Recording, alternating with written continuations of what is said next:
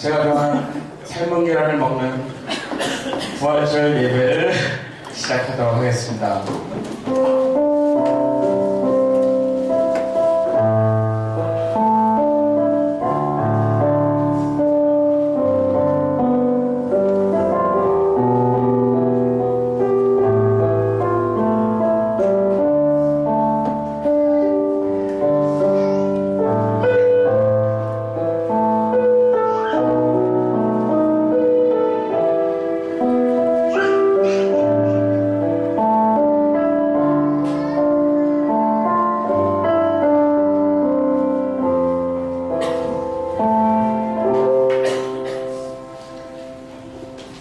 네, 오늘 여는 기도는 맞죠? 여는 기도는 찬양 먼저 하는 건가요? 찬양 먼저? 네. 여는 기도부터? 허물심 승리니? 준비 오셨어요? 네, 이거 다음 주에 해주시면 감사하겠습니다. 오늘 여는 기도는 허물심 승께서 해주시겠습니다. 예정이 없던 건데 갑자기 그래가지고 많이 기도를 해봅시다. 하나님의 부활절입니다.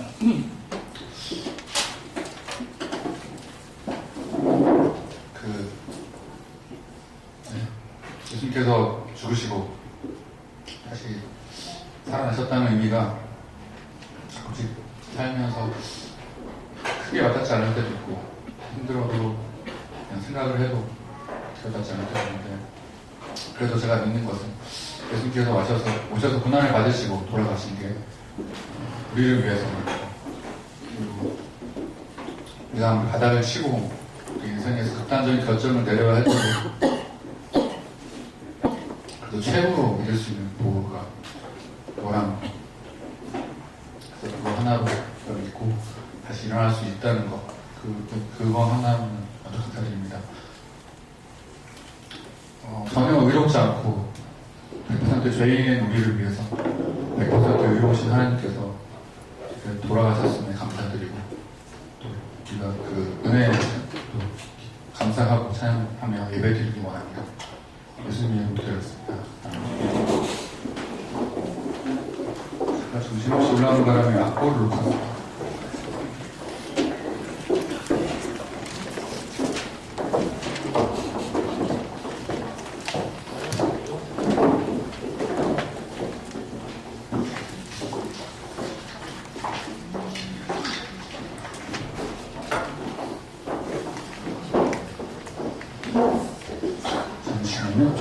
준비하다 뛰고 차도 연결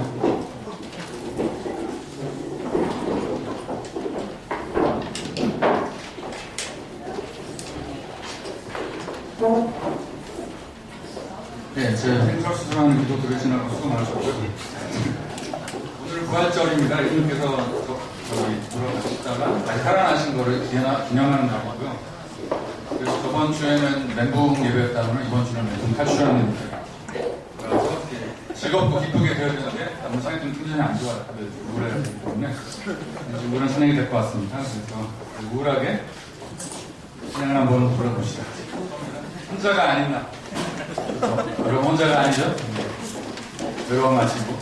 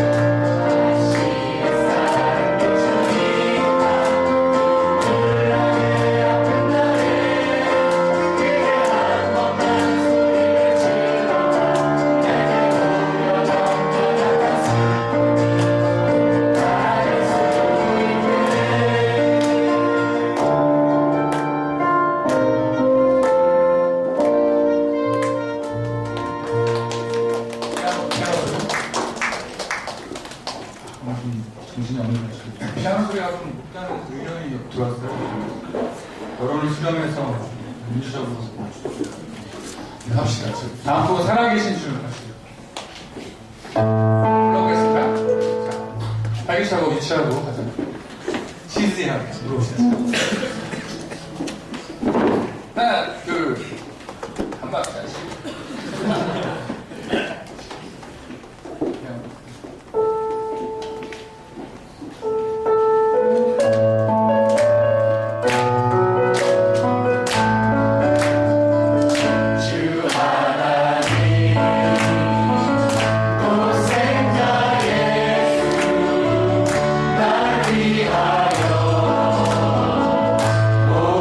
오시옵네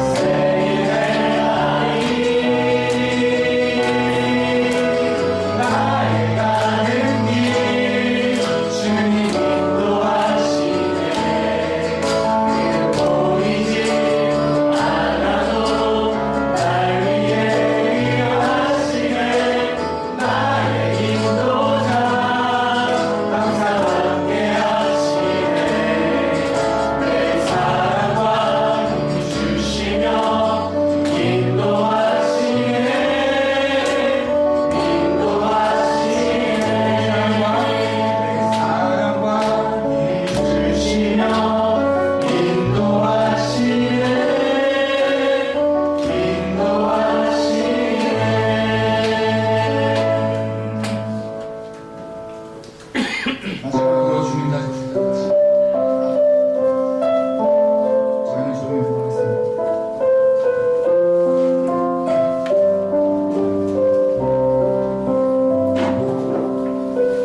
주님 다시 오실 때까지 나는 이 길을 가리라.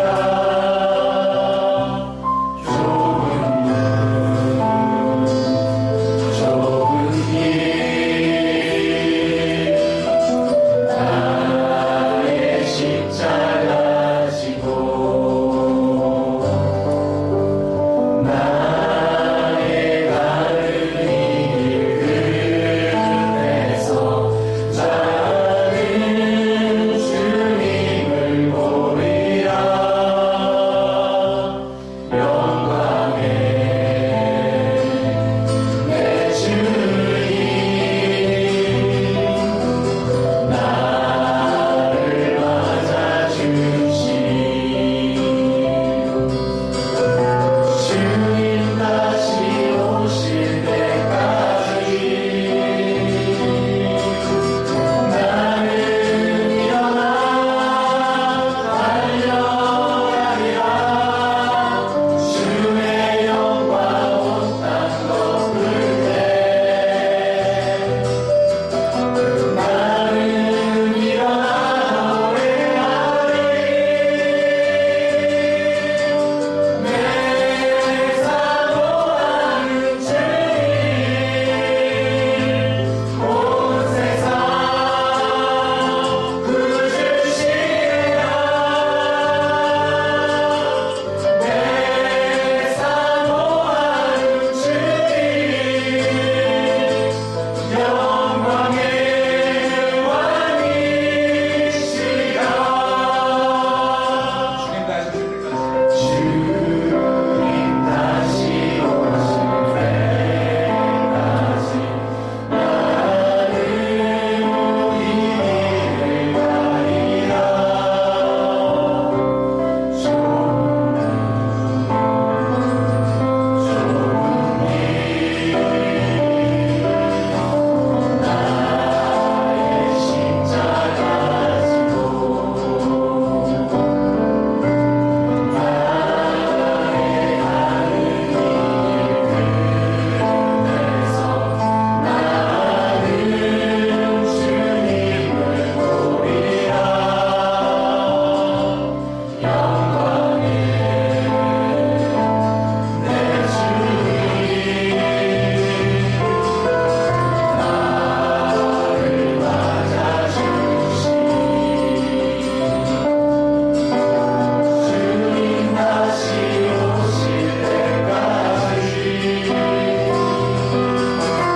나는 일어나 달려가리라. 주의 영광 온 땅 덮을 때 나는 일어나 노래하리. 내 사모하는 주님 온 세상 구주시리라. 내 사모하는 주님 영광의 왕이시라. 내 사모하는 주님 온 세상 구주시리라. 내 사모하는 주님 영광의 왕이시라.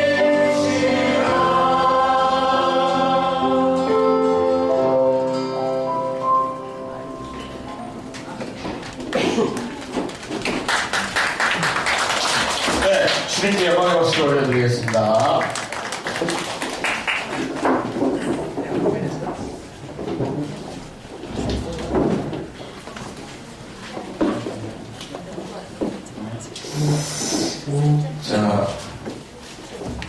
주의 기도를 하시겠습니다.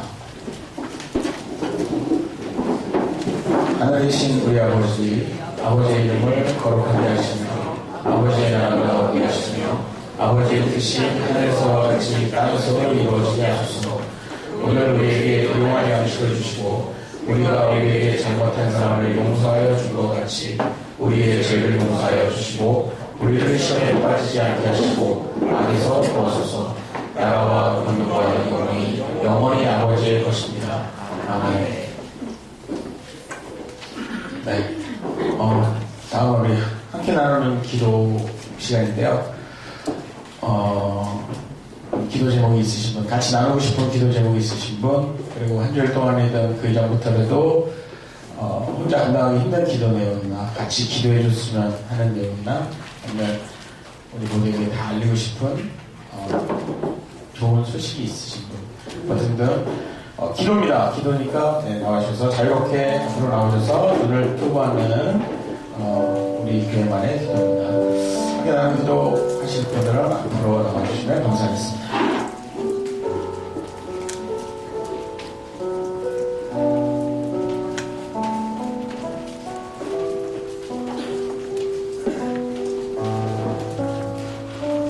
다섯 분 정도만 모시도록 하겠습니다.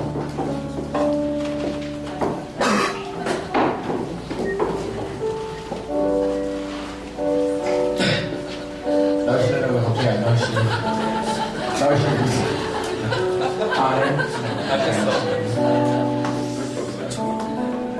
지난 순간에 갑자기 시간은 5초간 드리도록 하겠습니다. 5초, 4초. 가까워 계신 분들 나오시면 되겠습니다.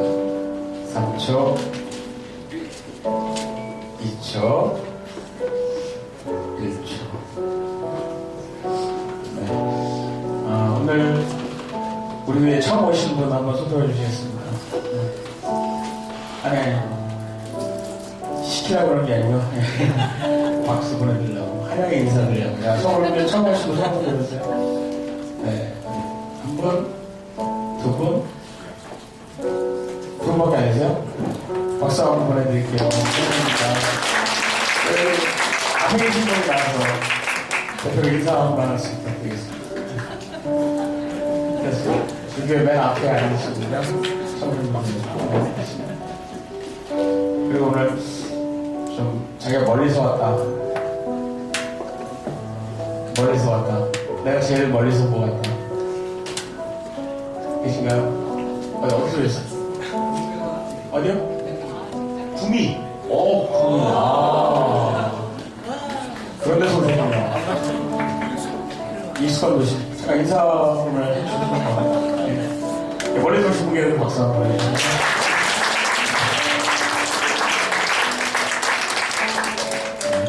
구미가 잘 됐으면 좋겠습니다. 자, 그러면 함께하는 기도 나누도록 하겠습니다.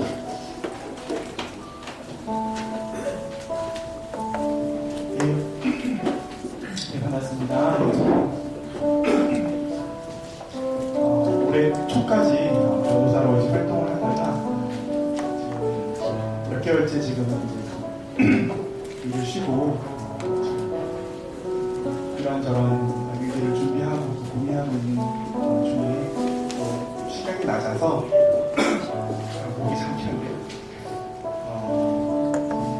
평소에 관심이 있던 벙커원 교회에 한번 직접 들리게 되었습니다. 그동안 인터넷으로만 같이 예배를 드리고 생각을 하고 고민을 하다가 어떻게 오늘 좋은 저희도 시간이 남고 또 길이 인도가 되어서 함께 참여하게 됐는데요. 너무 좋고요. 네, 너무 반갑고 여러분들에게도 오늘 참 좋은 시간들이 되었으면 좋겠습니다. 네, 감사합니다. 안녕하세요. 고시계수입니다. 광고 한 가지 하려고 나왔습니다. 오늘 부활절이죠. 어제 대학문 앞에서 계셨던 분들은 알겠지만은 오늘 대학문 앞에서 2시에 고난받는 사람들을 위한 기도회가 있습니다. 많이 참여해 주셨으면 좋겠고요. 생각해보니까 우리가 살면서 참 기본을 생각하지 못하고 있는 것이 많습니다. 노동자는 올빼미가 아니고요. 언론은 정부의 피아노가 아닙니다. 언론은 정상화가 돼야 되겠고요. 악랄한 노동상표대 제도, 이교대 제도 해지되어야 됩니다. 투쟁하는 노동자들과 함께 기대했으면 좋겠습니다. 감사합니다.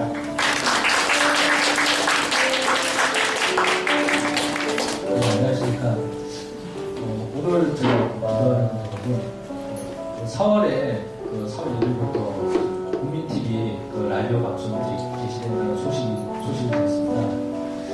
우선 첫 이렇게 방송이 시작되는 거 바로 또 이렇게 많은 경험과 기대가 좀 되는 것 같습니다. 그런 대형 언론들이 좀 권력의 실어 역할을 하고 제 역할을 못하는데 좀 국민TV 많은 기대를 걸고 있고 또 의원님한테도 정말 고맙고 또 여기 또 어떤 언론들도 슬기롭게 연구해 주시자고 이렇게 나왔습니다. 많은 기도 부탁드립니다.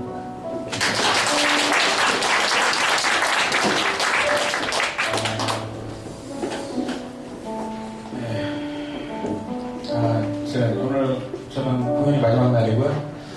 우리 벙커원 교회분들께서 35분이나 와주셔서 응원해주셔서 너무 감사드린다는 말씀 여기서 드리도록 하겠습니다. 공연은 오늘 잘 마치실 것 같습니다. 끝나고 가서 공연해야 되고요. 너무 감사하고요. 우리 고생하고 계신 우리 쌍용차 그리고 또 힘들게 투자하고 계신 모든 분들을 위해서 축복의 통로 같이 하시겠습니다. 찬양하겠습니다.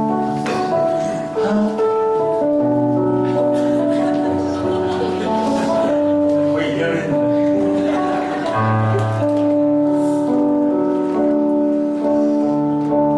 당신은 하나님의 언약 안에 있는 축복의 통로 당신을 통하여서 열방이 주께 돌아오게 당신은 하나님의 언약 안에 있는 축복의 통로 당신을 통하여서 열방이 주께 예배하게 되리.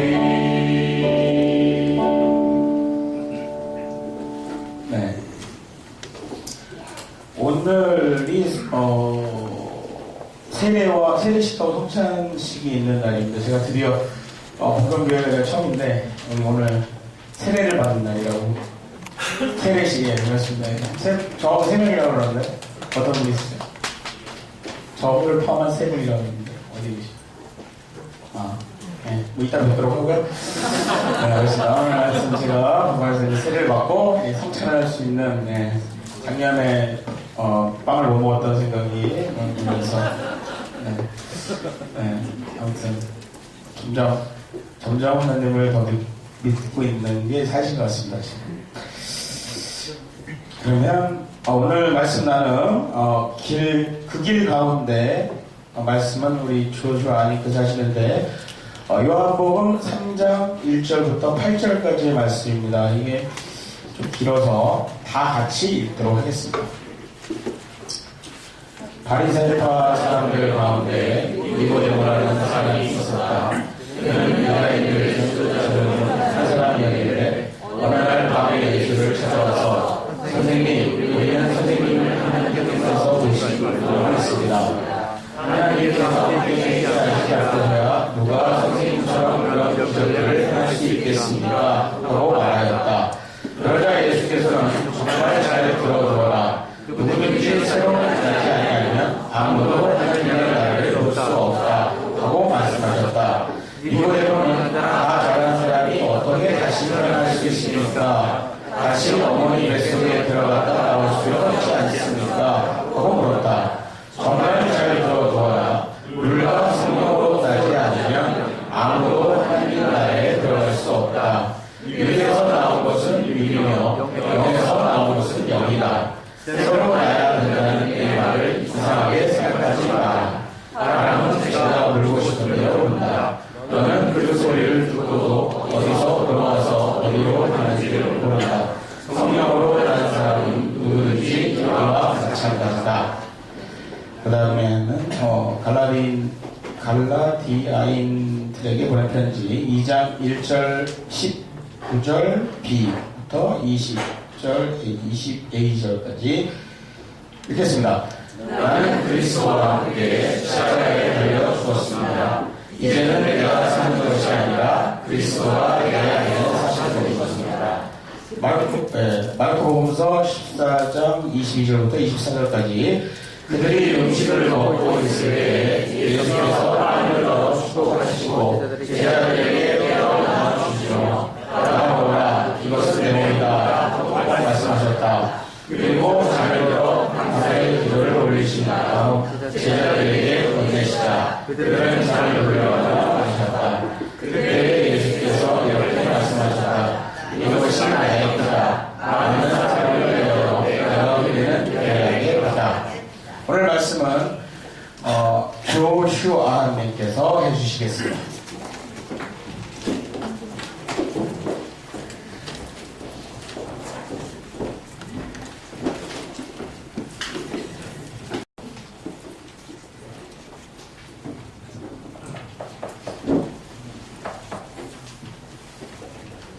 제가 오늘 좀 불편한 옷을 입고 있습니다. 평소 우리 벙커원 교회 분위기랑 아주 달리 좀 어색한 그런 분위기인 것 같습니다. 교회가 전통적으로 아주 중요한 예식들을 갖고 있는데 오늘 세례식과 성찬 예식을 진행하는 순서가 있기 때문에 부득이하게 오늘은 제가 조슈아하라는 닉네임이 아니라 하석범 목사라는 이 직임을 가지고 여러분 앞에 섰습니다. 다음 주에는 우리 벙커원 교회가 평신도 교회죠. 다음 주에는 다시 되돌아가서 조슈아하로 여러분과 반갑게 또 뵙도록 하겠습니다. 성찬에 관한 일화들 가운데 재미난 사건이 하나 있었습니다. 중세 때 천주교 신학자들 사이에 심각한 논쟁이 하나 벌어진 적이 있습니다. 성찬식이 끝난 후에 빵과 포도주가 남게 되잖아요. 근데 이게 쥐가 어떻게 하다가 그 남은 빵을 갉아먹게 되었습니다. 출애굽기 30장 29절에 용필님 출애굽기 30장 29절에 보면 이것들을 지성물로 구별하라. 무릇 이것에 접촉하는 것이 거룩하리라. 이런 말씀이 나옵니다. 성찬식 때 사용을 했던 거룩한 물건이었기 때문에 닿기만 해도 거룩해진다는 그런 말씀이 나와 있는데 이 말씀을 가지고 신학자들이 논쟁을 벌였던 적이 있습니다. 그 논쟁들 가운데 한 질문을 제가 여러분에게 드려보도록 하겠습니다. 성찬식 때 사용했던 빵을 그 쥐가 갉아먹으면 그 쥐는 거룩한 쥐가 될까요? 아니면 그냥 쥐가 되겠습니까? 영어로는 뭐 holy mouse or just mouse? 어떤 쥐가 될 것 같습니까? 거룩한 성물을 먹었기 때문에 접촉을 했기 때문에 거룩한 쥐가 되는 겁니까? 아니면 그럼에도 불구하고 그냥 쥐로 남게 되는 겁니까? 지금 우리가 들으면 굉장히 황당한 이야기이지만 그 당시에는 제법 심각한 논쟁을 하기도 했습니다. 또 하나 무의미한 말장난이 하나 있죠. 어떤 사람이 질문을 합니다. 하나님은 전능하신 분이시잖아요. 전능하시면 모든 것을 다 하실 수 있잖아요. 그러면 하나님께서 엄청난 무게의 돌을 만드셔서 아무도 못 들 수 있는, 심지어 하나님도 들 수 없는 돌을 만드신다면 어떻게 됩니까? 하나님이 전능하신데 하나님조차도 돌을 못 들게 되면 하나님 전능하시지 않으신 분이 되겠네요. 말장난이죠. 사변론이라고 합니다. 자기 생각, 자기 머릿속에다가 하나님에 대한 개념을 가지고 실제로 그렇지 않는데 가두어 놓는 그런 거죠. 실제로 존재하시는 하나님과는 아무런 상관이 없죠. 이런 만들어진 시는 리차드 도킨슨이 일찍이 다 파기시켜버렸죠. 원 제목이 만들어진 시이죠. 이렇게 영어 제목은 God Delusion이라고 되어 있는데 Delusion이라는 영어 단어는 원래 논다는 말, 현혹시킨다는 말에서 파생이 되는 단어입니다. 망상이라는 단어죠. 원래 있는 그대로의 모습이 아니라 다 만들어내고 꾸며내 놓은 것이라고 그러죠. 존재하지도 않는 이 사변론적인 만들어진 개념, 그 신개념을 가지고 신을 변정하기도 하고 또 신을 비판하기도 하는 사람들 종종 우리가 만날 때가 있습니다. 인간의 삶을 표현하는 용어들 가운데 사회화라는 용어가 하나 있습니다. 기독교인들에게 이 사회화라는 것은 양날을 가진 칼로 존재할 수 있습니다. 존재론적으로 우리 기독교인들이 분명히 하나님과 가깝게 살고 있는데 인식론적으로는 하나님과 자꾸 멀어지는 게 이 사회화라는 과정을 통해서 이루어지게 됩니다. 그게 우리 삶의 과정이고 우리 인생이라고 할 수 있죠. 사변론이라는 것도 이런 사회화의 과정을 통해서 생겨날 수가 있게 되죠. 11년 전에 제 아들 녀석이 4살 때였습니다.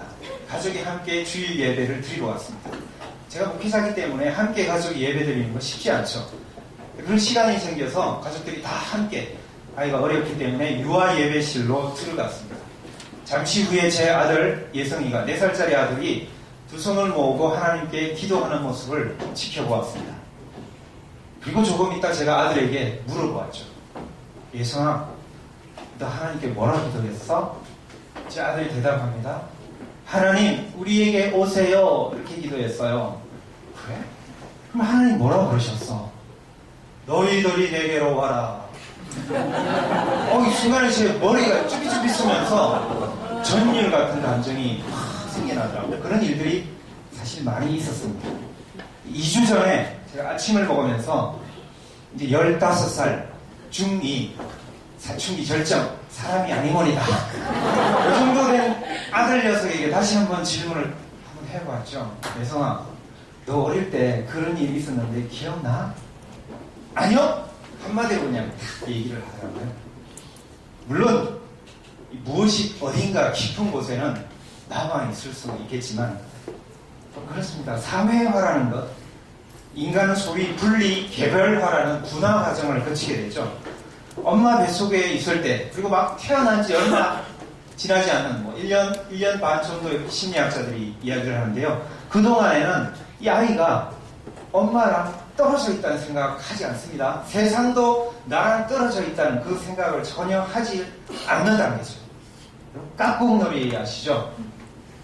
두 손으로 얼굴을 가리고 엄마 없다 하면서 손을 딱 펼치면 아이를 어떻게 합니까? 다 따라라 넘어가죠. 그때 시기의 아이들은. 이 시기의 아이는 실제로 자기가 엄마랑 분리되어 있다는 생각을 하지 못합니다. 근데 이 엄마가 갑자기 사라졌다가 나타났다, 사라졌다가 나타났다 하니까 너무 신기한 거죠. 그래서 따라라 넘어가고.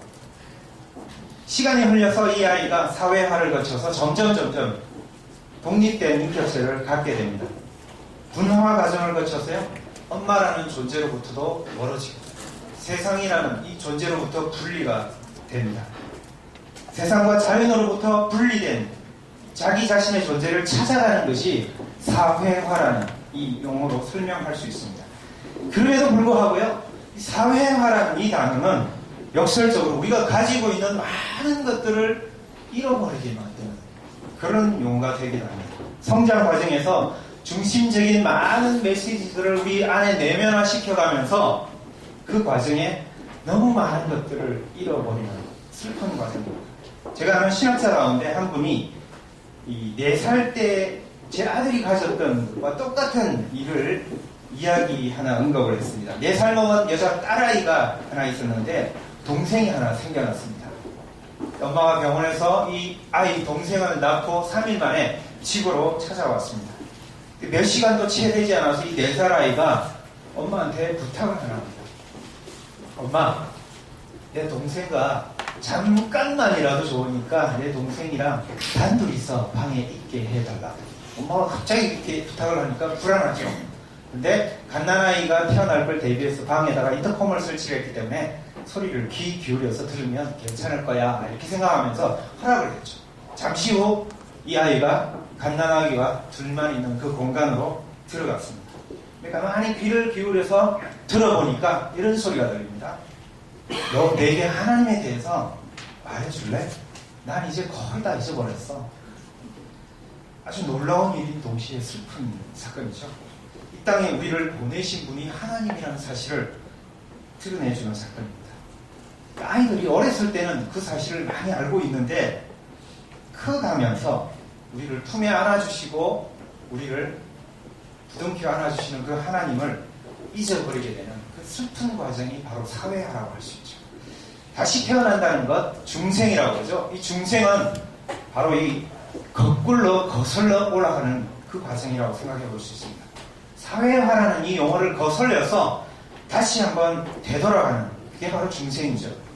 소외되었고요. 잃어버렸던 그 존재를 다시 찾아내는 과정이 중생이라고 할 수 있습니다. 중생을 통해서 분리되었던 그 세상이라는 것과 하나가 되고요. 분리되었던 이웃들과 하나가 되고 분리되었던 하나님과 하나가 되고 심지어 분리되었던 자기 자신과도 하나가 되는 것이라고 생각해 볼 수 있습니다. 성서 말씀을 문자 그대로의 의미를 이해하는 것보다는 은유적으로 이해를 하면 훨씬 더 폭이 넓은 의미들을 우리가 캐낼 수 있게 됩니다. 창세기 타락신화도 마찬가지죠. 문자가 아닌, 다음 넘겨주시죠. 문자가 아닌 은유로 이해하면 훨씬 깊은 깨달음을 얻을 수 있게 됩니다. 타락이라는 것, 원래 은유적인 의미는 분리된 자아라는 거예요. 우리 모두가 인생의 초기 단계에 사회화를 거쳐가게 되죠. 자아의식이 없이는 누구도 성숙할 수가 없기 때문입니다. 존재론적으로는 하나님과 가까이 있지만, 신과 가깝지만, 인식론적으로 사회화를 통해서 점점 멀어지고 그 분리되는 과정이 이 타락이라고 이해해 볼 수 있습니다. 그런데 이 타락이라는 의미는 자기가 성숙되는 그 과정이지만 자아의식과 자기 중심성의 세계로 자꾸만 들어가는 그 과정이죠. 그래서 하나님에게로부터까지 분리가 되고요. 자연으로부터 분리도 되고 세상으로부터 분리가 됩니다. 엄마로부터 분리되는 과정이기도 하고 심리적으로는 유배 생활이라고 생각해 볼 수 있습니다. 창세기 아담과 하와의 타락은 도덕적으로요, 문자적으로 타락했다기보다는 은유적으로 참된 의미를 전달해주는 내러티브, 이야기라고 볼 수 있습니다. 이 사회화 과정에서 인간은 언어를 사용을 하게 되죠. 언어를 가지고 이름을 붙입니다. 나라는 이름을 붙이고 너라는 이름을 붙이고요. 이웃이라는 이름을 붙이면서 자꾸 분리해버리죠. 개념을 자꾸 만들어내면서 분리시켜 나가는 과정입니다. 세계관도 마찬가지 역할을 하죠. 여러분, 세계관이 뭡니까? 세상을 보는 인식, 안경, 틀이라고 볼 수 있죠. 이 세상이 뭐가 같은지, 그리고 이 세상 속에 나는 어떤 존재인지, 내가 어떻게 살아야 되는지, 이걸 보는 눈, 안경을, 인식의 틀을 세계관이라고 할 수 있습니다. 이 세계관을 통해서, 이 안경을 통해서 부모님이 전해주는 메시지를 해석을 하고 이해를 하게 됩니다. 종교적인 문화 메시지 또한 이 세계관을 통해서 해석을 해내면서 자꾸 사회화를 통해서 자기 자신을 분리시켜 나가게 됩니다. 이 과정에서 우리는 더 깊이 자아의식과 자기 관심의 세계 속으로 빠져들게 되죠. 요즘 문화세계관적인 개념으로 표현하면 외모를 중시를 하고요, 성취를 중시하고, 그리고 재산을 중시를 하고, 명예를 중시를 하고, 신자본주의가 가르쳐주는 그런 것들에 집착을 하면서 추구해 나가면서 자꾸 분리되고 자아로부터 자기 세계 속으로 빠져들어가는 그 과정, 분리된 바로 소외의 과정으로 이해해 볼 수 있게 됩니다. 더 심해지면요, 신이라는 존재로부터 완전히 그냥 분리되어 버리죠. 자기 자신, 자기 세계에 갇혀서 마치 자폐증처럼 살아가는 그 과정을 성서 창세기 말씀은 타락이라고 은유적으로 이해를 하고 있습니다. 오늘 요한복음 3장 말씀은 바로 이런 배경을 가지고 한번 들여다볼 수 있습니다. 에덴 동산의 가장자리 바깥에 서서 소외와 자아 집착의 세계 속에서 살아가고 있는 사람들이라면 누구나 해당이 될 수 있고 누구나 곱씹어 볼 수 있는 그런 말씀입니다. 성공한 사람도요, 실패한 사람도 아무런 관계없습니다. 누구나 다 해당이 될 수 있는 말씀입니다. 요한복음에 나오는 예수님과 니고데모의 이야기, 자유주의 신학자들은 실제 이야기가 아니었을 것이다 하고 생각을 합니다. 바꿔 말하면 예수님 자신의 목소리가 아니었을 것이다 하고 추측을 하죠. 그러면 어떤 목소리입니까? 요한복음의 공동체가 나타내는 목소리일 것이다 하고 이해합니다. 무슨 말인가 하면요. 예수님 당시에 사용이 되었던 언어들은 아람어라고 합니다. 근데 예수님 당시에 그 유대를 지배했던 나라는 그리스라는 헬라 문화권 속에서 있었죠. 그래서 헬라어가 지식인청에게 많이 사용이 되었는데 당시 문맹률이 90%가 넘는다고 그러죠. 그러면 10명 중에 1명만 헬라어를 읽고 쓸 수 있고 나머지 사람들은 다 못 알아듣죠. 그래서 일반 대중이 썼던 언어는 아람어였습니다. 오늘 말씀에 다시 태어난다는 이 헬라어 단어는 두 가지 의미를 가지고 있습니다. 하나는 위로부터라는 뜻이고 하나는 다시 새로라는 그 뜻을 갖고 있습니다. 우리 한글 성경 번역본에는 예수님이 위로부터 태어나야 된다고 말씀하시죠. 근데 이거는 다시 새로 태어나야 된다는 그런 이해를 하면서 다소 이 사오정같이 엉뚱한 질문들을 주고받는 내용이 나옵니다. 왜 그러냐면 바로 헬라어가 가진 이중적인 의미 때문에 그런 혼란이 빚어지고 있습니다. 그런데 아람어로 썼다면, 아람어로 대화했다면 위로부터라는 단어가 아람어에는 한 가지 뜻밖에 없죠. 그러면 이런 혼란이 생겨나지 않겠죠. 여하튼 이 요한복음 말씀은 이중적인, 삼중적인 의미들이 굉장히 많이 들어있습니다. 이 메타포라는 시적인 은유 표현들이 요한복음 말씀에는 가득 담겨 있습니다. 그럼에도 불구하고 요한복음 가르침은 아주 명쾌하죠. 아주 명확합니다. 오늘 말씀은 위로부터 태어나야 한다는 가르침입니다. 위로부터라는 말의 중의적인 의미는 하나님으로부터라는 뜻입니다. 물과 성령으로 나지 않으면 하나님 나라에 들어갈 수 없다. 오늘 말씀이 가르쳐주고 있습니다. 물이라는 단어도 이중적인, 중의적인 의미를 갖고 있습니다. 이스라엘 백성들, 이 당시 요한복음 말씀을 받는 독자들은 쉽게 파악이 되었겠죠. 요단 강물, 그 강물이 흐르는 그곳에서 세례를 받았기 때문에 머릿속에 당장 요단 강을 떠올렸을 것입니다. 또 하나 의미는요, 이 어머니 뱃속에서 생명을 잉태하고 유지 보존하는 양수를 뜻하는 그 물도 되죠. 그래서 물이라는 단어의 이중적인 의미가 있는데 바로 우리가 물에서, 육에서 처음 태어나지만 우리는 다시 영어로 위로부터 하나님으로부터 다시 태어나야 한다는 그 말씀입니다. 근데 이게 다시 삼중적인 의미를 향해서 나옵니다. 8절 말씀해 보면요. 바람은 불고 싶은 대로 분다고 그랬죠. 근데 바람이 어디서 불고 어디로 또 나가는지 1세기 사람들은, 우리는 지금 다 알지만 1세기 사람들은 전혀 몰랐죠. 그렇게 이해를 했습니다. 근데 바람이라는 단어가 구약 성서에서는 루아흐라는 단어로 쓰였고 신약 성서에서는 푸뉴마라는 단어로 쓰였는데 이게 뭔 뜻이냐면 숨결, 영을 뜻하는 거죠. 그래서 성령, 하나님의 영을 표현할 때 이 바람을 가지고 표현하는데 바람처럼요, 숨결처럼 보이지 않게 드나든다는 그런 표현을 지금 오늘 말씀이 사용을 하고 있습니다. 하나님의 숨이라는 게, 하나님의 영이라는 게 다시 태어난다는 것, 중생한다는 것의 출처라는 거죠. 여기까지가 복음주의, 조금 흔치 않을 수 있는 복음주의의 가르침입니다. 저는 오늘 여러분들을 이끌고 좀 더 멀리 한번 나아가 보려고 합니다. 지금부터 제가 드리는 말씀을 제 손을 잡고 잘 따라와 주십시오. 혹시나 마음에 끄림길이 느껴지시면 얼마든지 손을 뻗치시고, 혹시나 마음이 또 동하시면 또 잡아주시고 따라와 주시면 될 것 같습니다. 저는 오늘 이 중생이라는 개념도 하나의 은유, 메타포로 이해하려고 합니다. 그리고 그 메타포를 가지고 오늘 말씀을 더 깊이 한번 들어가 보려고 합니다. 요한복음 말씀에는 메타포가 많이 나옵니다. 나는 포도나무입니다. 나는 양의 문입니다. 나는 길입니다. 나는 진리입니다. 또 어떤 메타포들이 나옵니까? 요한복음에 많이 나오죠. 나는 진리입니다. 나는 떡입니다. 나는 생명의 떡입니다. 나는 부활입니다.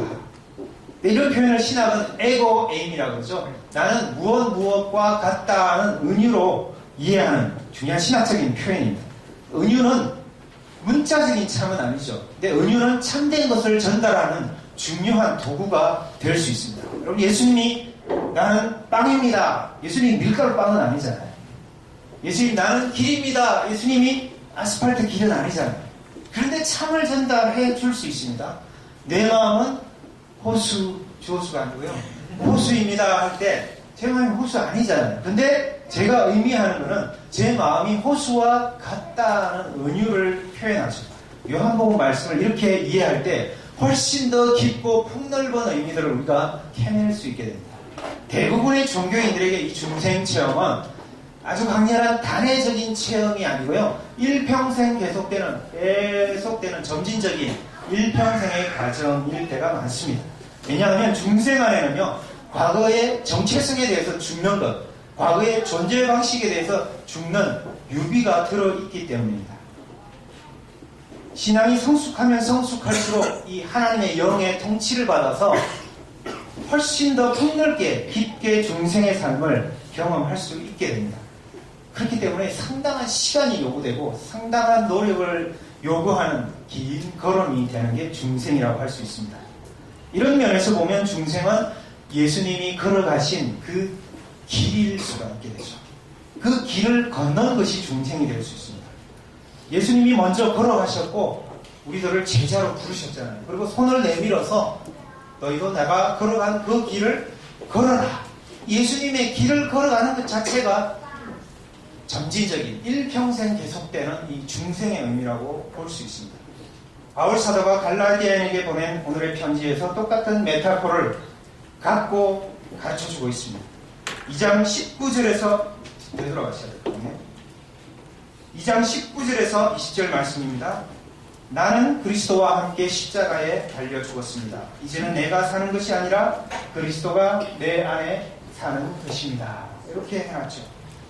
월터 윙크라는 유명한 신학자가 있습니다. 이 신학자가 칼 융의 심리학 용어를 가지고 깊은 통찰력을 가지고 이 말씀을 해석했습니다. 처음에 이 나라는 건 에고라는 거죠. 자아라는 뜻의 셀프라는 다른 그와 좀 다른 의미의 부정적인 의미죠. 이 에고라는 나가 죽었습니다. 어떻게 해요? In Jesus, 예수님 안에서 죽었습니다. 그러면 이 셀프라는 자아가 또 다른 차원의 어떤 존재가 됩니다. 근데 여기에 그치지 않고 그 어떤 자아가 다시 In Jesus, 예수님 안에서 다시 살아났습니다. 그러면 처음에 에고가 죽어서 다른 어떤 존재가 되고요. 그리고 다시 그 어떤 존재가 살아나가지고 뭐가 되냐면 The True Self라는 진정한 자아가 되죠. 정확히 요한복음의 중생, 거듭남의 가르침입니다. 예수님이 길이라는 이 명제는 문자적으로는 참이 아니죠. 그런데 예수님이 아스팔트 길이 아니기 때문에요. 예수님이 길이라는 것 은유적으로 이해하면 참이 될 수 있습니다.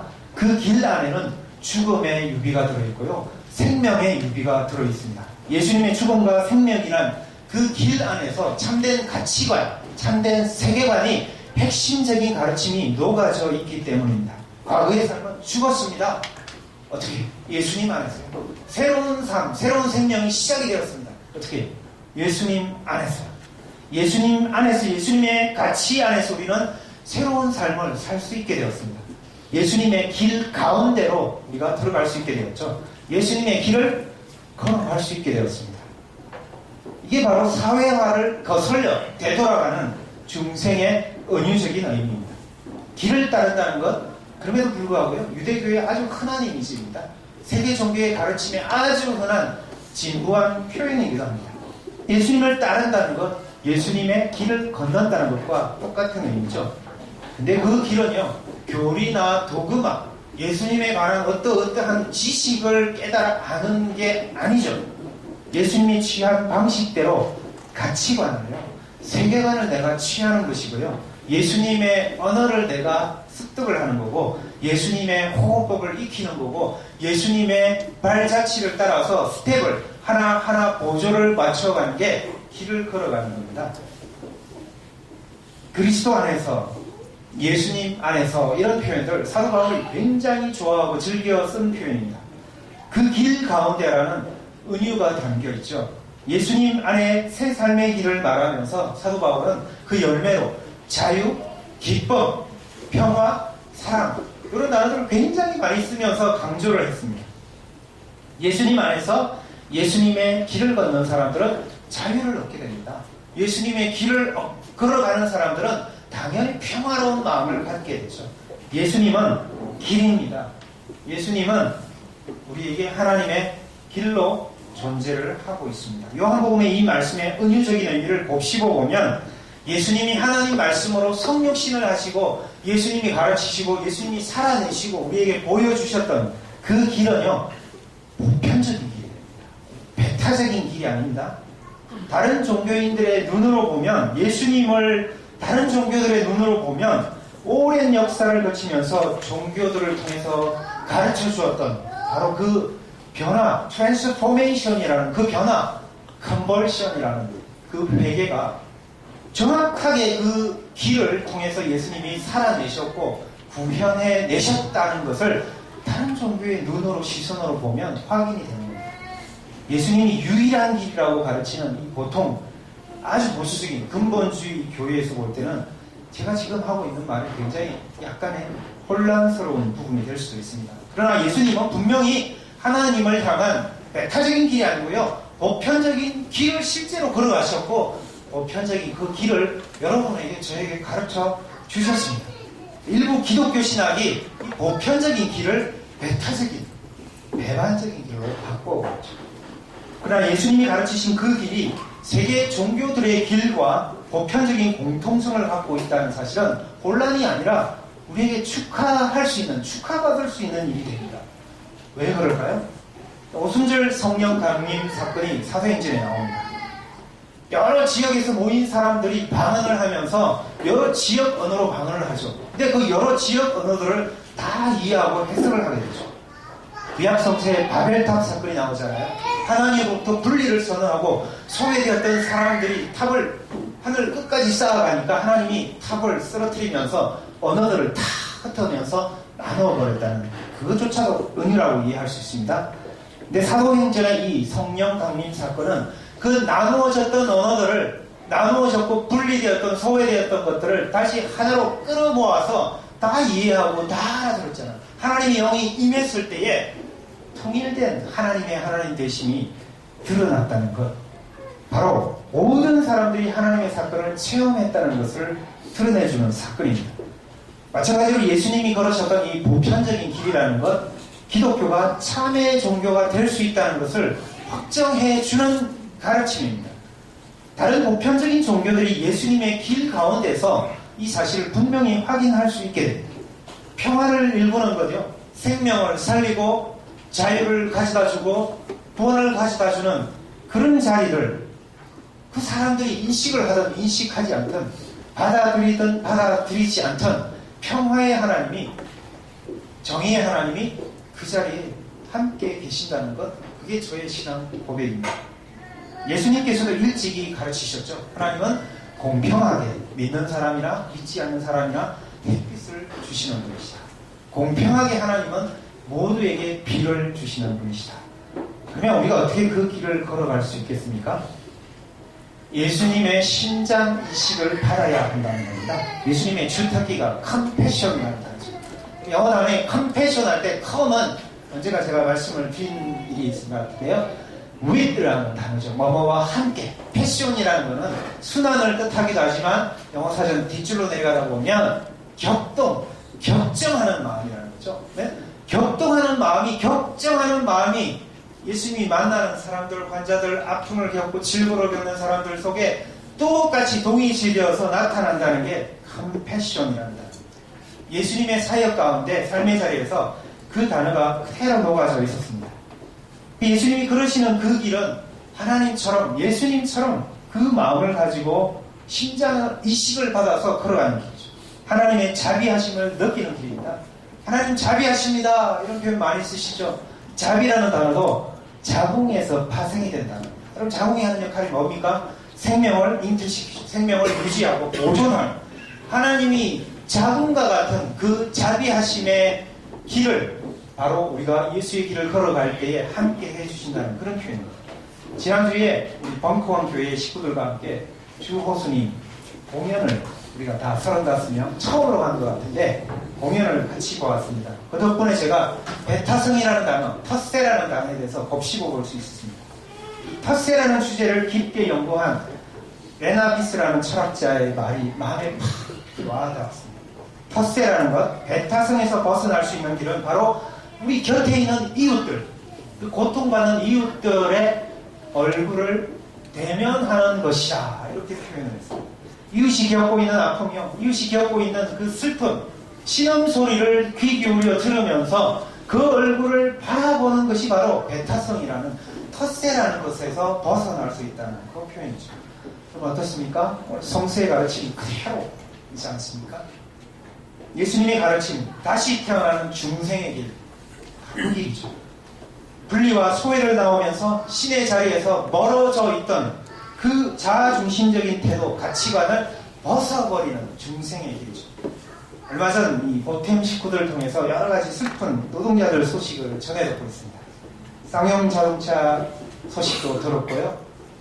투쟁 현장이 화재로 불살라져서 고통을 받았던 일, 재능교육 노동자들 소식까지 들었습니다. 외로운 투쟁 자리가 철거가 되었던 현장 소식도 들었습니다. 더욱더 고달픈 삶의 자리로 떨어져서 힘겨워하는 우리 이웃들 많이 만날 수 있습니다. 그 노동자들뿐만 아니라 너무 많은 사람들이 자기 개인의 잘못이라기보다는 우리 사회 구조, 정치, 경제가 가진 구조적인 아픔 때문에 힘들어하는 사람들 굉장히 많이 있습니다. 이런 분들에게 관심을 가지고요, 그 얼굴을 마주 대하는 게 바로 베타성, 텃세에서 벗어나는 것 길이고, 중생, 다시 태어나는 길이라는 거죠. 중생은 예수님의 길 한가운데 서 있는 거죠.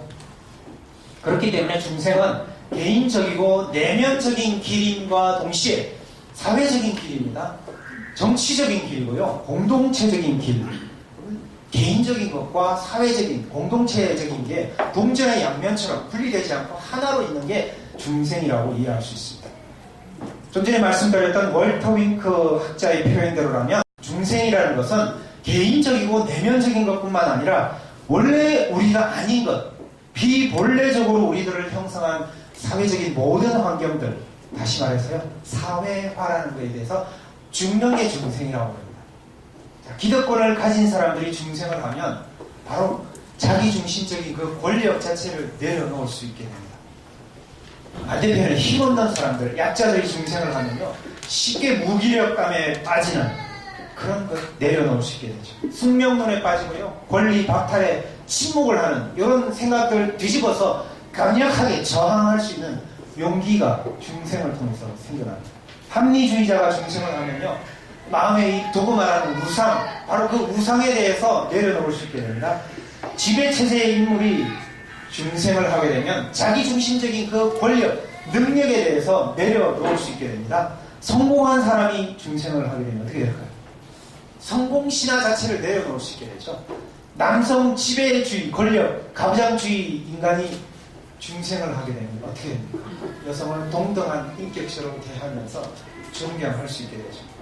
치우친, 아주 편협한 페미니즘에 있는 여성이 중생을 하게 되면 어떻게 됩니까? 남성을 똑같은 인격체로 받아들일 수 있게 되죠. 자, 오늘 마르코 복음서의 포도주와 빵, 피와 살, 이건 예수님의 은유입니다. 예수님은 우리에게 포도주와 빵이 되십니다. 문자적인 의미는 아니죠. 밀가루 빵도 아니고 아스팔트 길도 아니죠. 그럼에도 불구하고 여기에는 참된 뜻이 분명히 담겨 있습니다. 예수님의 세례와 성만찬의 가르침을 초대교회는 그 독특한 삶의 자리에서 이해하고 해석해내면서 신앙생활을 했습니다. 기독교 역사가 2013년 이어져 오고 있는데, 이 긴 시간들 속에 다양한 기독교인들, 다양한 교회들이 이 예수님의 말씀을 자기 삶의 자리에서 컨텍스트라는 곳에서 재해석하면서 신앙생활을 해왔습니다. 벙커원 교회가 10개월이라는 시간을 지나면서 이제 우리 차례가 되었습니다. 오늘 세례와 성만찬을 하게 됐습니다. 오늘 세례는 설교 말씀처럼 기독교인의 삶의 다양한 은유, 중생의 은유가 녹아져 있는 개념입니다. 현재를 기점으로 과거에 우리가 살았던 가치관들, 우리 태도를, 우리 존재 방식, 이런 정체성을 다 내려놔 버리는 거죠. 또 미래를 향해서 새로운 생명, 새로운 삶의 가치, 태도를 가지고 나아가는 게 바로 이 세례입니다. 물과 영으로 위로부터, 하나님으로부터 다시 태어나는 그 길, 그 걸음을 걸어가는 게 세례입니다. 예수님 안에서 한 가족이 되었기 때문에 축제를 나누는 거죠. 기쁨을 나누는 잔치가 바로 세례식입니다. 엄숙하게 이렇게 경건한 그런 자리가 전혀 아니죠. 아주 축제의 잔치입니다. 성만찬도 마찬가지입니다. 유카리스트라는 그 단어 뜻대로 감사하는 자리입니다. 예수님 안에서 내가 새 삶을 살게 되었습니다. 함께 새 삶을 살게 되었습니다. 손잡고 걸어가는 그 감사를 나누는, 조금 이따가 나누게 될 텐데요. 그것이 바로 성만찬이죠. 바람처럼요, 숨결처럼 하나님의 영이 바로 그 성만찬을 할 때에, 세례를 할 때에 하나님께서 함께 해 주신다는 거고, 그 삶을 우리가 재현해 나가는 게 바로 세례식이고 중생이고 성만찬입니다. 오늘 말씀의 성만찬을 고린도전서에서는 기념하라고 되어 있습니다. 기념하라는 이 단어가 헬라어로는 아남네시스라는 단어인데, 단순히 기념식, 장례식이 아닙니다. 재현하라는 뜻을 갖고 있는데, 문자 그대로요, 과거의 한 사건을 하나님 앞에서 지금 재현을 해 나가면서 과거 함께 하셨던 그 하나님의 능력이 지금 그대로 나타난다는 표현이죠. 하나님의 백성들이, 저와 여러분이 성만찬을 하게 될 때에 바로 그 자리에 2013년 전에 역사하셨던 하나님의 능력이 지금 여기에서 똑같이 효력을 발휘한다는 그 단어가 바로 아나네시스, 기념하라는 단어입니다. 그렇기 때문에 세례, 중생, 성만찬은 예수님의 길 한가운데 서는 것이고요, 그 길을 걸어가는 것이 됩니다. 세례와 성만찬을 통해서 우리는 미리 하나님의 나라를 맛보는 것이 되죠. 오늘 우리는 예수님이 먼저 걸으신 그 길 가운데 한가운데 서 있으면서 날마다 성찬을 해올 수 있습니다. 길 가운데 서면서 날마다 세례를 받을 수 있습니다. 제가 날마다라고 그랬죠. 매 순간마다 세례를 받을 수 있고, 매 순간마다 성찬을 어떻게 삶으로 행할 수 있습니다. 매일 매 순간 세례와 성찬의 삶을 살아가는 여러분과 제가 되었으면 좋겠습니다. 이것이 예수님이 가르쳐 주신 중생, 새로 태어난다는 그것남의 은유적인 길이요 가르침입니다. 기도하겠습니다. 살아계셔서 늘 우리에게 말씀하시는 하나님, 오늘 말씀 그대로 예수님의 그 길 한가운데 저희가 서 있습니다. 예수님이 손을 내밀어 주셔서 제자로 우리를 불러주셨고, 그 길을 따라 걸어오라고 말씀하셨던 대로 저희가 그 길을 걸어가고자 합니다. 바람처럼 우리 가운데 숨으로, 숨결로, 생명으로 우리 가운데 함께 드나드셔서 하나님께서 능력과 진리 가운데로 우리의 예수님 따라가는 그 길을 완성시켜 주시기를 소원합니다. 예수님 이름으로 기도드렸습니다. 곧바로 세례식과 성찬 예식을 인내하도록 하겠습니다. 제가 초대교회처럼 한번 권면을 드려볼게요. 오늘 성찬식, 세례식을 포함해서 제가 설교 메시지를 전했잖아요. 그 말씀을 들으시면서 한 번 더 기회를 드리겠습니다. 지금 세례 받고 싶다 하는 사람 있으면 나와주셔도 됩니다. 원래 초대교회 방식이 그랬습니다. 6개월 학습, 1년 교회 지내고 그러진 않았죠. 마음의 감동이 되고 세례 받고 싶다고 생각하는 분은 지금 나오셔도 됩니다. 그리고 원래 예정되었던 세례 받으시기로 되었던 분들도 앉아서 나와주시기 바랍니다. 저기 앉아서 나와주시기 빅싱아님, 하빈님,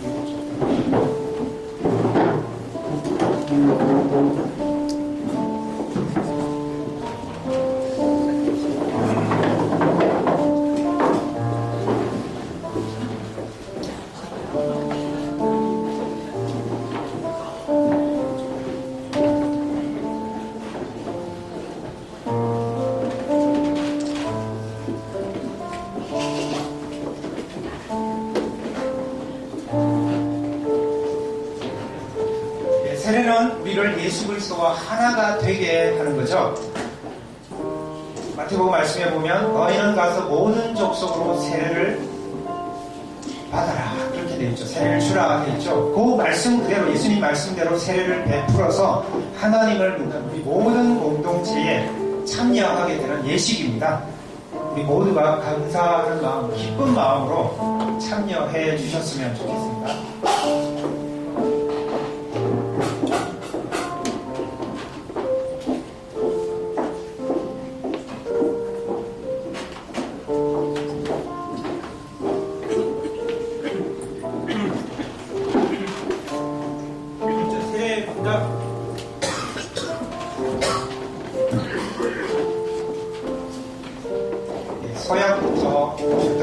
하겠습니다. 제가 질문하시면 세례 받으시는 분 대답을 해주시면 됩니다. 전성배님, 주호수님 나누셨죠? 예, 전승배님, 주호수님은 하나님의 사랑과 자비하심의 은혜로 하나님의 자녀가 된 것을 믿습니까? 전성배, 주호수님은 예수 그리스도께서 우리에게 먼저 본을 부여주시고 가르쳐 주신 그 길을 제자로서 따르기를 서약하십니까?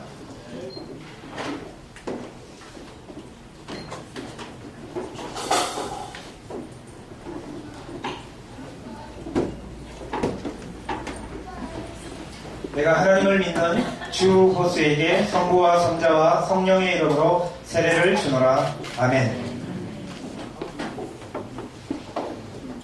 내가 하나님을 믿는 전승배에게 성부와 성자와 성령의 이름으로 세례를 주노라. 아멘.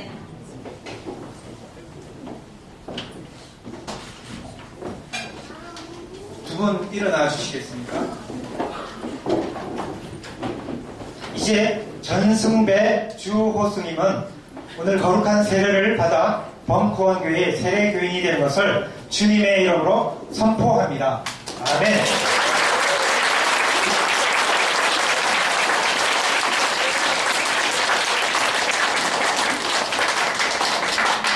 선물을 준비한 게 있다고 그러죠? 예.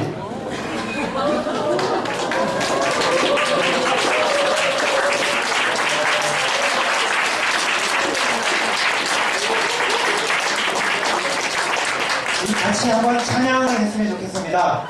어떤 찬양이면 축복의 통로 찬양을 할 때에 생일잔치죠. 영적으로 생일잔치인데 잘하는 우리 전선배님 그리고 주호수님 다 잘하는 것 같은데 나와주셔서 악수도 해주시고요. 우리 찬양할 때 허그도 진하게 해주시고 축하해 주셨으면 좋겠습니다. 같이 찬양하겠습니다.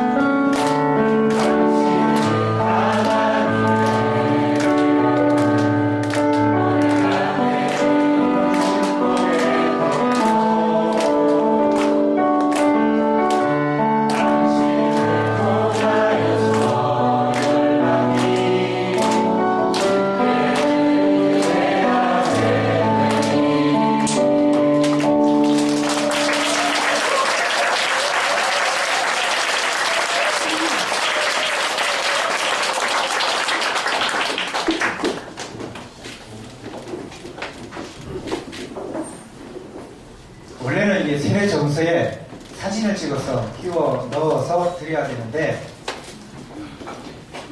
사진은 다음 주에 아마 제작이 될 것 같고요. 제가 드리겠습니다. 세례 정서 위 사람은 2013년 3월 31일 성부와 성자와 성령의 이름으로 세례를 받고 본 교회의 세례교인이 되었음을 증명합니다. 범통교회 진내자 하석범 목사.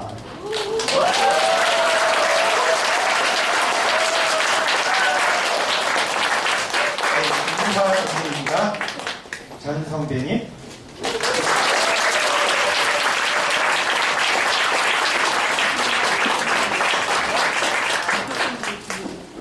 곧바로 성찬 예식을 진행하도록 하겠습니다. 성찬 예식이 성만찬이 뭔지는 우리 설교에서 다 전했기 때문에 잘 아시리라 생각하고 같이 한번 기도드리겠습니다. 하나님, 이제 우리가 예수님의 살과 피가 녹아있는 성찬의 자리로 나아갑니다. 예수님의 십자가의 그 길 가운데 서 있는 이 시간 이 자리에 바람 같은 주님의 숨결로 함께해 주셔서 주님의 살과 피를 저희가 경험하는 소중한 시간이 되도록 인도하여 주시기를 원합니다. 온 몸으로 주님을 만나고 온 몸으로 주님을 경험할 수 있기를 소원합니다. 우리의 눈을 열어주시고 귀와 가슴을 열어주셔서 온 몸으로 주님과 대면할 수 있기를 소원합니다. 예수님의 이름으로 기도드렸습니다. 아멘. 예수님께서 잡히시던 밤에 주님이 제자들과 같이 유월절 식사를 하셨습니다. 그때 떡을 들어서 축사하셨습니다. 떡을 떼시면서 말씀하셨죠. 너희를 위하는 상하고 찢긴 내 몸이다. 받아라 먹어라 예수님께서 말씀하셨습니다. 예수님 말씀대로 오늘 떡을 함께 나누도록 하겠습니다.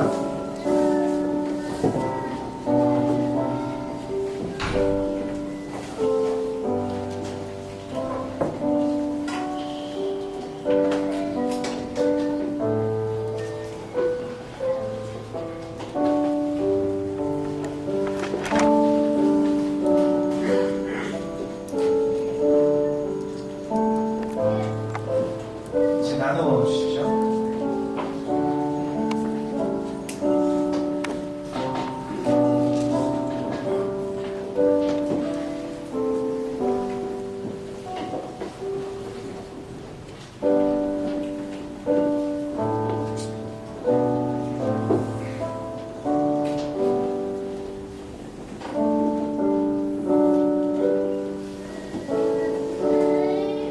예.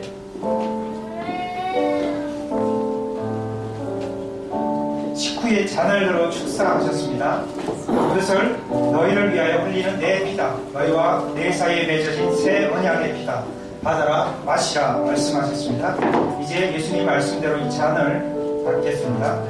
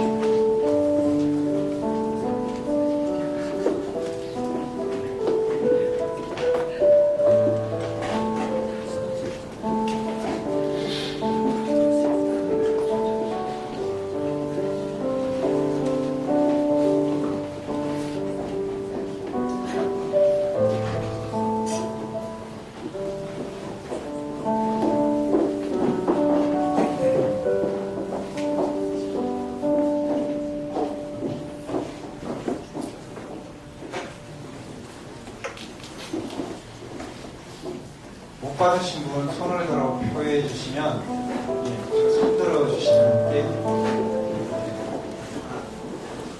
또 못 받으신 분 계십니까?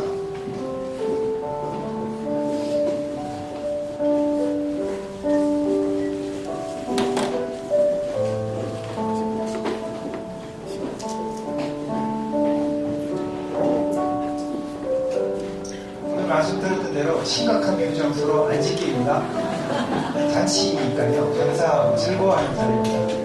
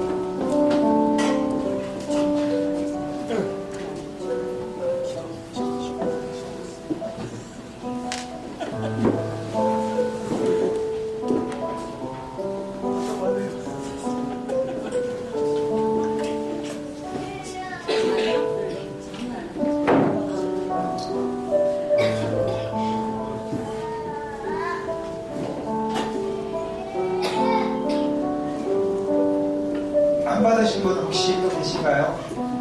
안 받고 되게 돌아가셔서 막 우시는 분 제가 실제로 봤습니다. 집에 가서 우시지 마시고 지금이라도 받으세요.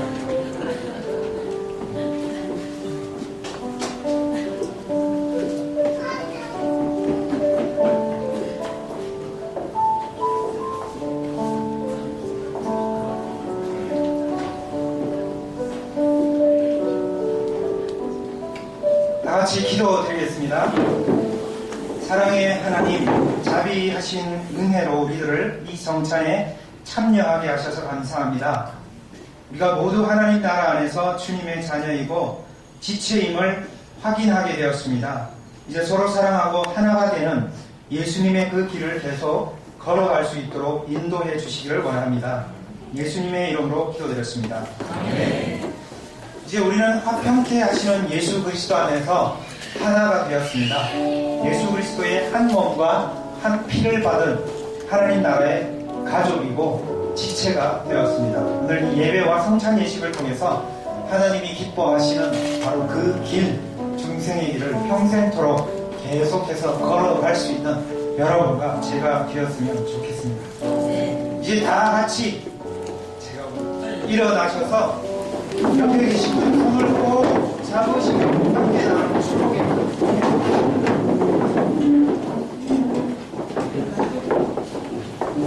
다 같이 함께 축복의 기도 나눕니다. 주 예수 그리스도의 은총과 하나님의 사랑과 성령께서 주시는 지금과 우리 가운데 영원으로 함께 이르기를 주님의 이름으로 축원합니다. 아멘.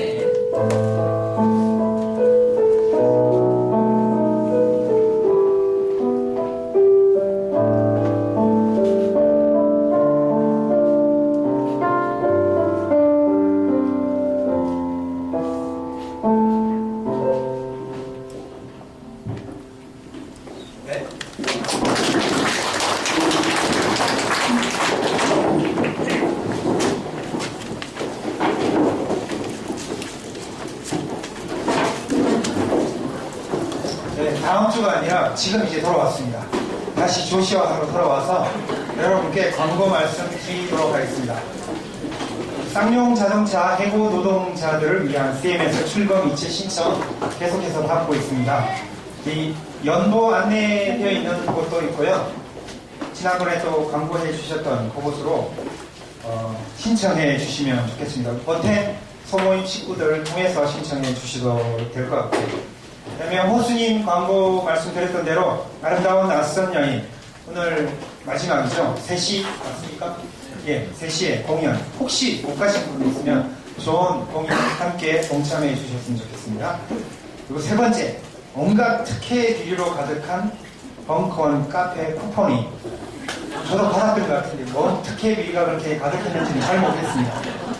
아메리카노 한 잔 동참하는 것 이거 아마 이게 사게 되면 또 이게 뭐죠? 영수증이 유효하죠? 리필을 하는 거 뭐라 그럽니까? 그거를 다시 그냥 리필이죠. 그대로 그거 가능하니까요. 뭐 아침에 드신 분 저녁에도 또 드실 수 있는 것 같아요. 참고해 주시고요. 그 다음 소모임 광고 뭐 있습니까? 혹시 소모임 광고 하실 분? 예.